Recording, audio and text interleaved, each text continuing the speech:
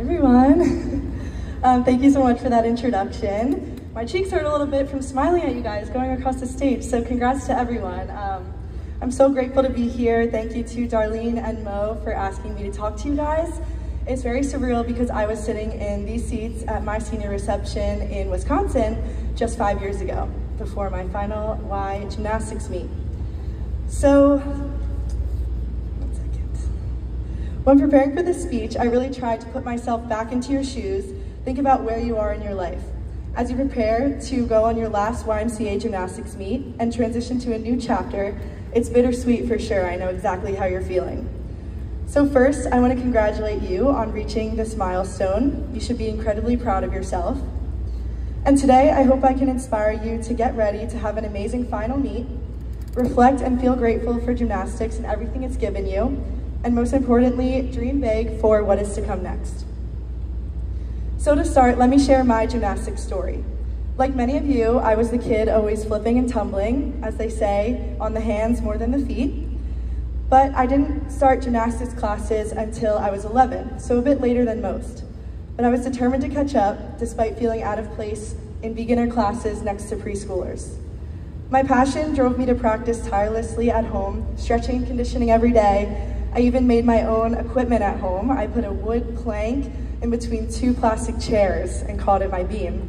So it wasn't the safest, but it was part of my journey. And that journey wasn't always easy. I vividly remember being so embarrassed one day when I was in my beginner class, and my school classmate, who also competed on our team, she was with her teammates in the gym and she saw me working on the simplest skill. But I had to push through that moment, that discomfort and insecurity to pursue this new obsession of mine, gymnastics. And funny enough, those very same girls became my closest friends in the end.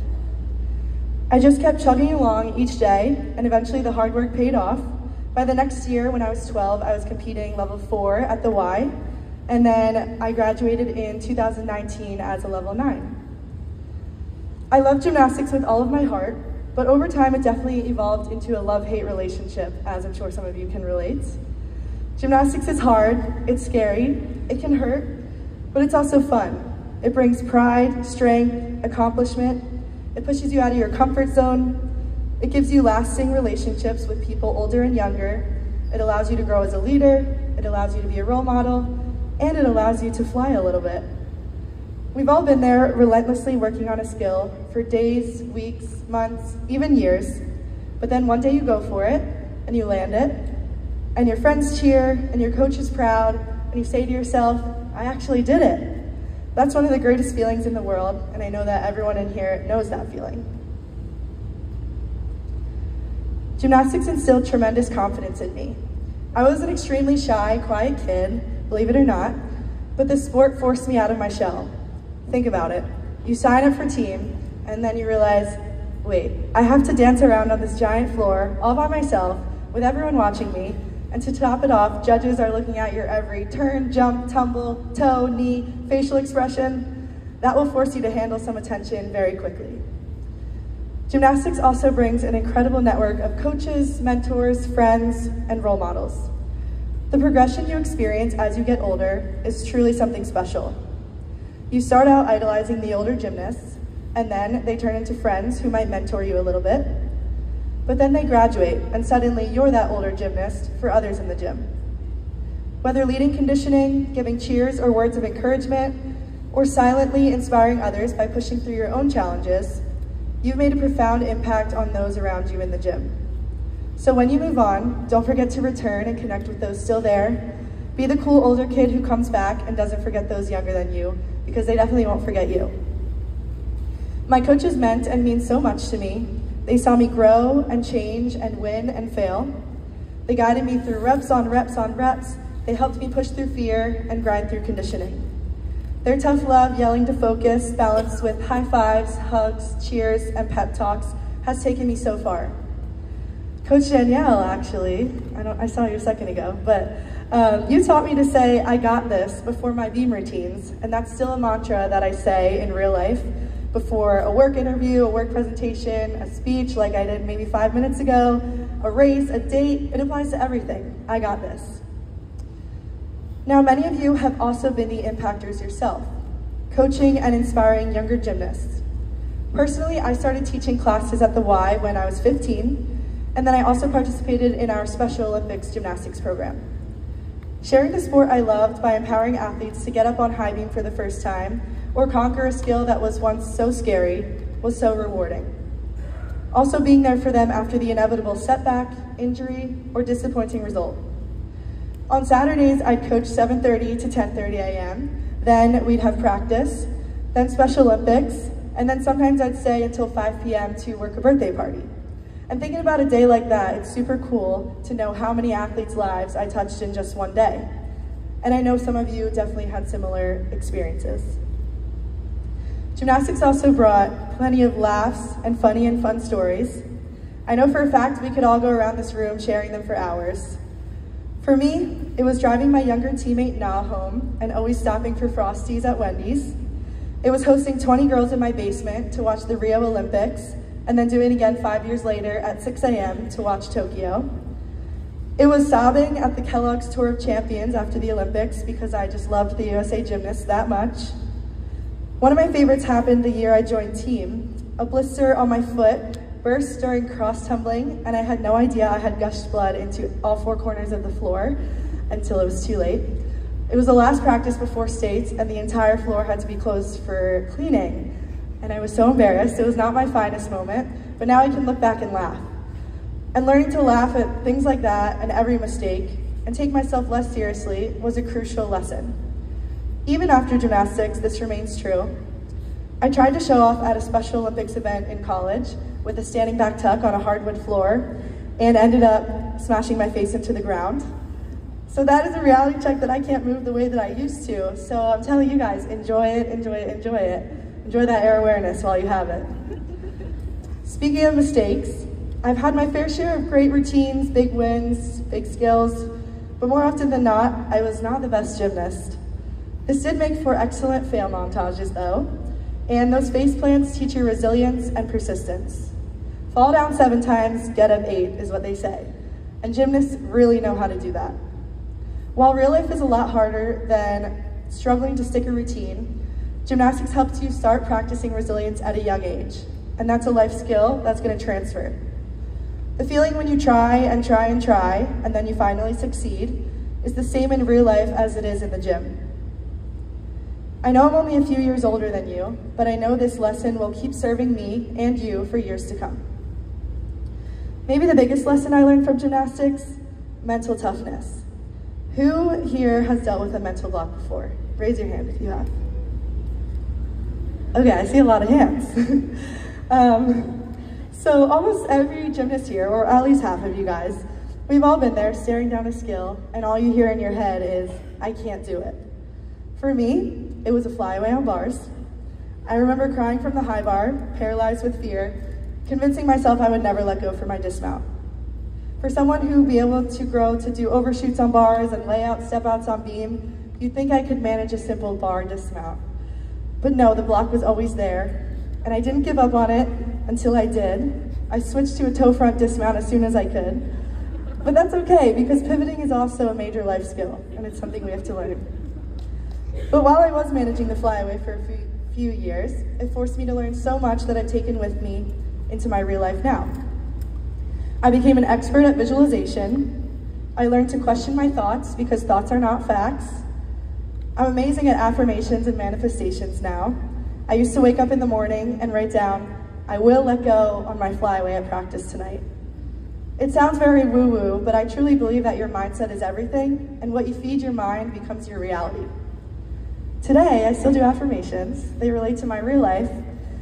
Maybe it's, I am capable, charismatic, and confident. I deserve to have a good day. I radiate good energy, and so on. All these stories and lessons about gymnastics to show that it's a roller coaster. I fell in and out of love with it, but one thing I know is it made me a strong, resilient, hardworking, cool girl. And I know you guys are all that as well, and will be in the future. Gymnastics also empowered me to combine my passions and share them with others. At 12, I started my YouTube channel called Everyday Gymnastics, filming tutorials, challenges, advice videos, stretching and conditioning on my little iPod Touch. What began as a fun creative outlet for my video making and gymnastics turned into a community of almost 100,000 subscribers, which is crazy for me to even say out loud. I connected with gymnasts all around the world, and I even met a ton in person, a bunch of times at nationals each year. All this while still navigating the ups and downs of putting myself out there. Starting my YouTube channel as a shy middle schooler was a huge leap of faith. With all the goodness came some tougher moments too. At school, boys on my bus mocked me. They would chant, "Everyday gymnastics," to me. I wanted to hide, make myself small, quit. It would have been so easy to quit right there. But fast forward a year, with many followers later, those same boys on the bus were saying to me, "Molly, how did you get so many followers? How did you do that?"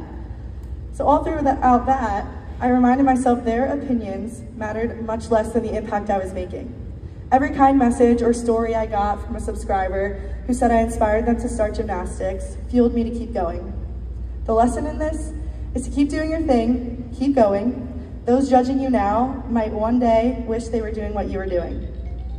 If I had quit, I wouldn't have gained everything that I did. My mom taught me the idea of the man in the arena.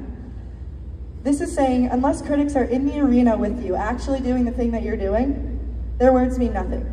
They have no room to talk if they're just watching from afar, while you're working hard and putting yourself out there. So get in your arena, whatever that is, and don't worry about those who aren't in there with you. After taking a little break from my content creation once I graduated high school, I revived my YouTube channel in COVID quarantine at the end of my freshman year of college. I renamed it from Everyday Gymnastics to Move Well with Molly, and now a fitness-centered account since gymnastics was no longer a major part of my identity, but fitness was. Today, I'm active on Instagram, sharing lifestyle, workouts, food, motivation, self-love, mental health, and everything about living life in New York City, the best city in the world. And let's talk more about life after gymnastics. My last competition was Senior Nationals, the very meet that you're about to crush. After that, I came home and everything was over. I didn't know exactly what to do. As my chapter in the gym closed, I felt lost without the sport that had defined me for so long.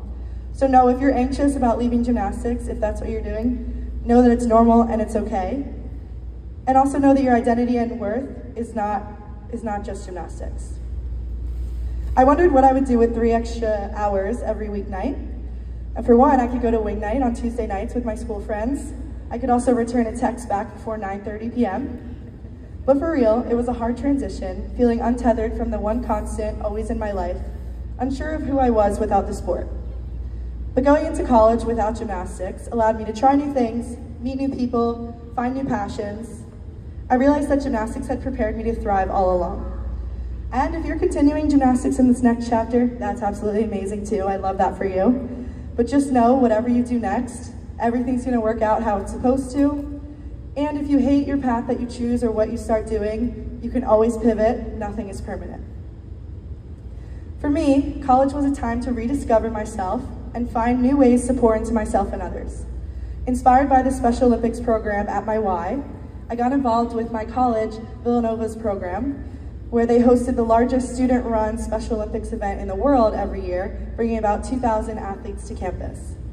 My senior year, I was the chair of the powerlifting competition, which was one of my favorite college experiences, and I definitely wouldn't have found the time for that if I was still a gymnast. Second, channeling my inner gym leader, I also began teaching fitness classes and fell in love with group exercise. I knew that leading conditioning at practice would eventually go somewhere. So thank you to gymnastics for instilling such a strong importance of strength, staying active, staying fit in me, and I hope those are some things that everyone takes with them in their next chapter as well. I started teaching boot camp and bar classes my junior year of college at a local studio, and then my senior year I started teaching on campus as well.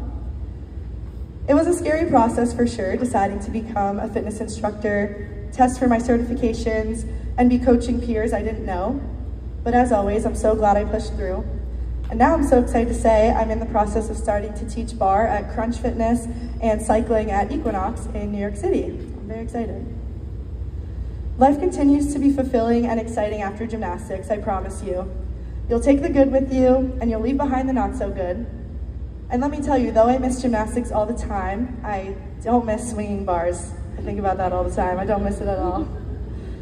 Today, I'm living in New York City, working in marketing, and slowly easing into teaching fitness in my new city.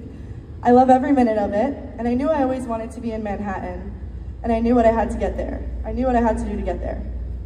I've always been super goal-focused and intentional, and I truly think that's why I'm able to be where I am right now. Things didn't always come easy, and I dealt with some tough transitions, moments, and comparison traps over the past 5 years, but we're here now. And speaking of comparison, while I have you, I do want to mention something I always tell people in this age group that I wish someone told me. Social media is not real. And as you head into your next phase of life, the comparison struggle might be very strong.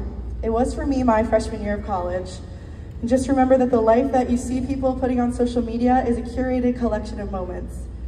It's not, you absolutely cannot compare someone's filtered, highlighted, curated, hand-picked pictures to your raw, unfiltered reality.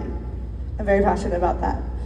Keep this in mind and everything will feel a little bit lighter as you head into your new transition and adjust in what's to come. One of the most important aspects of life after gym is keeping the friendships you made there. You can build lifelong bonds with the people that you do this sport with. You're doing something so extraordinary together, so unhuman. No one at school can relate to flipping on a 4-inch piece of wood, or running full speed towards a vault, or dealing with mental blocks or rips. Your teammates get you, and that bond is something so special, so I urge you to hold on to it. I sure have, and they're some of my favorite relationships. Casey and Na, right here, are 2 of my gym besties. We all share birthdays within 1 week, so we actually celebrated ourselves last night. And then I have 3 other super close teammates who we always make time to see each other. They just visited me in New York City, and I'm heading to Boston in August to visit them. I'm so excited for you all to embark on your next chapter. Dream, dream, and dream again. I love that theme for Nationals because that's how you create a life that you love. Make big dreams and plans, visualize them, tell yourself you're gonna do it, and then lead each day with intention. Believe in your potential and get after it, and this is only the beginning. I know if my 18-year-old self could see me up here, she'd be very proud. So I want you to think real quick. If you were up on this podium in 5 years, where would you want to be? What would you want to be doing? Who would you want to be? Because you can become that person. And take your gymnastics lessons with you. You're lucky to have experienced this sport, or to keep experiencing this sport. You're strong, resilient, disciplined, courageous, mentally tough, and a leader. You've already tested yourself through gymnastics, through falling and getting back up hundreds of times. Now in the real world, you have a resilience that others might not have at this point. The resilience you build by coming back after an injury, by falling pretty hard and then still getting up, smiling, and finishing your routine in front of everyone. The resilience you get by fighting through invisible and impossible seeming mental blocks. Think about how you can use what you learned in gymnastics moving forward. I'd tell myself, use what floor routines taught you to command a room and be confident. Use what beam taught you about being focused yet powerful as you conquer tasks. Vault taught you about 10 seconds of courage to launch into something that you're nervous about. Bars taught you about getting through mental issues and pivoting when necessary. Stretching taught you patience and consistency. Conditioning taught you if you cheat, you're only hurting yourself. Cheering for yourself and your teammates taught you the power of encouragement, energy, and belief, and I could list this all day long. But now you see how many lessons you have from this sport that we love so much, and how well gymnastics is going to serve you today, tomorrow, the next day, and every day after that. Tomorrow you'll be attending opening ceremonies at one of my favorite places in the world, Villanova, where I spent my college years and grew so much as a person. So enjoy the day, take in every moment, and get super excited for your meet. I want to thank everyone so much for being here today and for listening to what I had to say. I hope you could take something valuable from it. Thank you to all gymnasts, family, friends for being here. Parents, I hope maybe this speech made you feel happy about your kid being in gymnastics. Thank you to the YMCA for giving us this great organization. Thank you coaches for all you've done for us. And thank you to Darlene and Mo for having me, and everyone working so hard to put this big meet together. So gymnasts, good luck with this meet. Bring the energy, take in every moment, have fun, and you're gonna do amazing. Thank you.